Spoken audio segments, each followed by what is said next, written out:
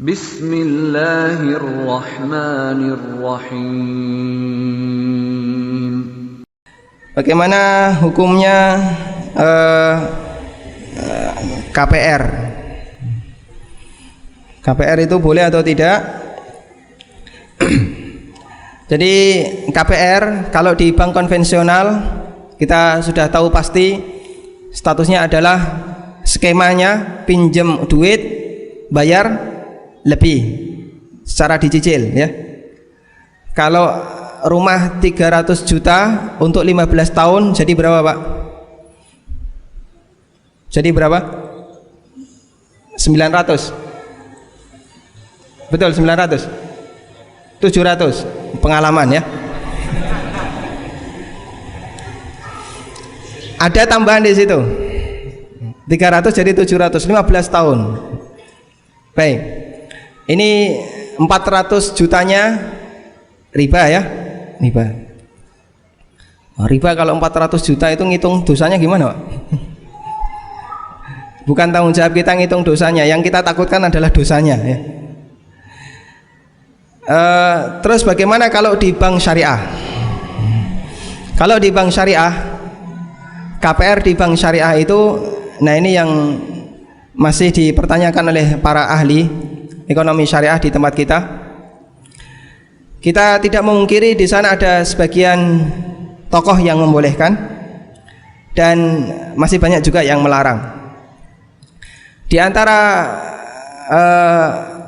sisi yang bahasanya, sisi pertimbangan bahasanya KPR di bank syariah itu belum sesuai syar'i adalah sebenarnya KPR di bank syariah ini hakikatnya adalah utang tapi bayar lebih, atau hakikat yang kedua bank menjual barang yang belum dia miliki. Ada dua transaksi andalan yang digunakan oleh bank syariah untuk KPR. Pertama, transaksi ijarah mutahiyah bitamlik, dan yang kedua transaksi murabahah lil amir bisyira'. Kita lihat transaksi yang pertama, ijarah muntahiyah bitamlik. Ijarah muntahiyah bitamlik itu prinsipnya gini. Anda sewa, jadi istilah saja yang membuat ini rumit, Pak ya. Aslinya gampang. Begini, Anda sewa tapi dengan perjanjian pokoknya nanti setiap bulan bayar. Nanti kalau sudah sampai 10 tahun barang ini saya kasihkan. Barang ini saya kasihkan. Misalnya ya, Bapak Ibu punya sebuah rumah, kemudian ada orang yang mau sewa. Terus kita bilang sama dia, saya mau sewakan ini tapi dengan syarat, satu, harus 10 tahun. Boleh nggak? Boleh tidak? Boleh saja kan ya. Kalau cuman sewa 1 tahun 2 tahun saya nggak mau, harus 10 tahun. Kalau konsumen nggak mau ya sudah, pilih yang lain. Dia mau. Nah, angsur atau bayar setiap bulan sekian atau setiap tahun. Anda bayar setiap tahun 10 juta. Setiap tahun 10 juta selama 10 tahun. Flat, rata terus 10. Jadi totalnya 100 juta. Nilai rumah ini sebenarnya 90 juta dia beli dulu, tapi dia sudah dapat untung 10 juta dengan cara disewakan tadi. Kemudian pemilik rumah janji, nanti kalau sudah 10 tahun rumah ini saya kasihkan ke Anda. Namanya apa? Ijarah muntahiyah bitamlik. Sewa berujung pindah kepemilikan. Nah, itu yang dipakai oleh bank. Jadi bank begini, rumah ini rumah bank, rumah ini rumah bank, disewakan ke nasabah. Cicilan itu sebagai nilai sewa. Cicilannya biasanya berapa? Misalnya sebulan 1.200.000, atau anggap saja 1 tahun 12 juta. Dia bayar setiap tahun 12 juta terus selama 15 tahun. Nanti kalau sudah 15 tahun rumah itu diserahkan. Rumah itu diserahkan. Sudah? Jadinya rumah itu jadi hak milik setelah 15 tahun. Ini namanya ijarah muntahiyah bitamlik. Boleh atau enggak transaksi kayak gini? Hah? Enggak boleh. Kenapa, Pak?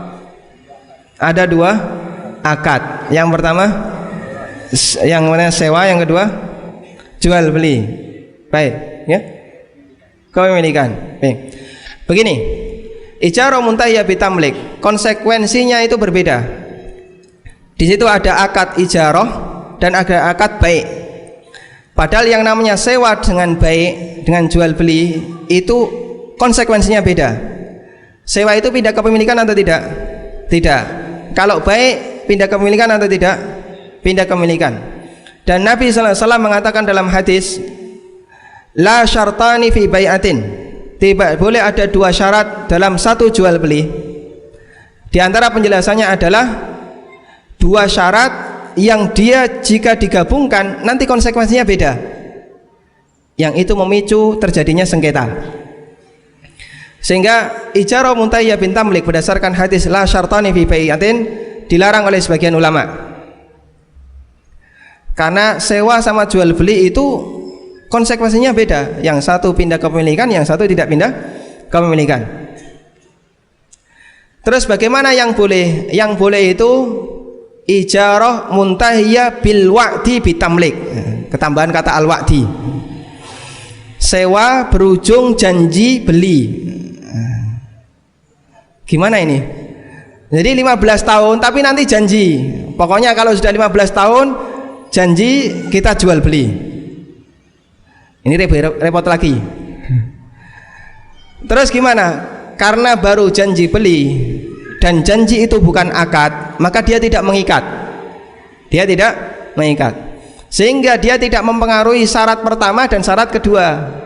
Mahfum? Syarat pertama jalan sendiri, syarat kedua jalan sendiri. Dipisahnya dengan janji. Ketika dia sudah sewa 15 tahun, rumah ini punya siapa? Punya siapa? Masih pemilik pertama. Bukan penyewa. Sudah? Kemudian kemarin kan janji beli, mengikat tidak? Tidak mengikat. Artinya begini, karena tidak mengikat berarti akad sewa ini enggak terganggu. Akad sewa tidak terganggu. Karena tidak mengikat, maka janji kemarin tidak harus ditepati. Berarti bisa saja terus pemilik rumah ini, saya enggak jadi mau jual, silahkan Anda pergi dari sini. Loh, terus kemarin yang saya bayarkan itu nilai uang sewa, bukan uang cicilan. Anda silahkan mau cari rumah yang lain kalau mau beli rumah. Ini janji yang tidak mengikat. Atau si penyewa terus, saya nggak jadi beli rumah Anda, saya tak cari yang lain, silahkan saja. Nah, ini ijarah muntahiyah bitamlik. Baik Pak, semakin rumit ya, dan itu memicu yang namanya sengketa. Makanya kemudian para ulama melarang hal ini, dan ini skema yang tidak dibenarkan untuk jual beli. Apalagi ya, bank itu boleh nggak beli rumah untuk dijual? Misalnya ada bank, kemudian dia beli rumah banyak, terus disewakan, dikontrakkan, boleh nggak? Boleh nggak bank melakukan seperti ini? Nggak boleh Pak. Selama bank itu masih terikat dengan regulasi BI, dia di bawah regulasi BI, tidak dibenarkan melakukan bisnis real. Bank boleh beli rumah tapi dipakai kantor. Tapi kalau bank beli rumah mau disewakan, tutup itu bank, dilikuidasi dia, nggak boleh. Karena itu sebenarnya rumah ini rumah siapa? Rumah ini rumah siapa? Rumah kontraktor, tapi disewakan oleh bank. Loh, kamu kok menyewakan rumah orang lain tuh atas dasar apa? Ini rumah kontraktor, belum pindah tangan ke bank tapi disewakan oleh bank, duitnya dinikmati bank. Nah, itu sisi janggalnya ketika ada sebuah bank menggunakan transaksi ijarah muntahiyah bitamlik. Atau yang kedua, transaksi murabahah lil amir bisyira. Murabahah itu sederhana Pak. Murabahah itu prinsipnya begini, Anda jual barang, kemudian ketemu konsumen, saya beli ini 100, arep mbateni piro? Ya tak tuku 120. Ini namanya jual beli murabahah. Di situ ada dua unsur. Pertama apa? Harga kulaan disebutkan, jujur dia. Saya beli ini 100, jujur. Unsur yang kedua ada untungnya. Mau ngasih untung berapa? Saya kasih untung 20.000. Boleh atau tidak? Boleh. Ini namanya jual beli murabahah. Ya. Sebenarnya kita sering mempraktekannya, Pak. Cuman kadang nggak tahu istilahnya, jadinya terasa keren saja istilahnya. Akrab di tempat kita murabahah itu. Nah, ini ada kasus murabahah lil amir bisyira. Ini sebenarnya sering kita lakukan. Bapak Ibu tahu yang namanya mindering? Itu bahasa Jawa Timur ya. Mindering itu adalah nggak punya KBBI ini.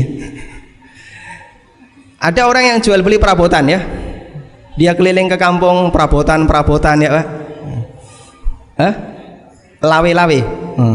Lawe-lawe. Kemudian ada salah satu konsumen yang lihat, punya baskom nggak Pak? Nggak ada. Terus dia bilang, ya insya Allah seminggu lagi tak bawakan. Seminggu lagi tak bawakan. Apa di sini? Sudah terjadi transaksi belum? Orang ini kan baru tanya, saya mau beli baskom, punya enggak? Enggak punya. Seminggu lagi tak bawakan. Terus dia janji, ya sudah nanti kalau sudah ada baskom saya beli. Seminggu depan dia bawa itu baskom. Sudah jadi beli enggak ini? Baskom ini otomatis terbeli atau belum? Ya? Belum. Otomatis terbeli atau belum? Belum. Nah kemarin kan sudah janji, katanya mau beli Bu. Enggak jadi ya Pak, sudah beli. Sakit hati enggak ini? Biasa saja. Nanti kalau enggak laku di sini kan laku di sana ya. Ini namanya murabahah lil amir bisyira. Kalau dia jadi beli, berapa harganya? Dia nyebut harga, modal saya sekian, arep dibadani piro silahkan. Jadinya murabahah lil amir bisyira. Itu akrab dengan kita transaksi itu. Tapi karena istilahnya saja yang mungkin buat orang itu semakin kayaknya sangar begitu Pak ya. Syaratnya apa murabahah lil amir bisyira ini? Anda harus punya barang itu. Mau dijual tapi nggak punya barang, ini dilarang. La tapi ma laisa indak. Jangan kamu jual barang yang tidak kamu miliki. Hadis dari Hakim bin Hizam. Ketika bank itu mau melakukan murabahah untuk rumah, pertanyaan satu lagi, rumah ini punya siapa? Bank tidak beli rumah ya. Bank kan tidak boleh beli rumah untuk dijual.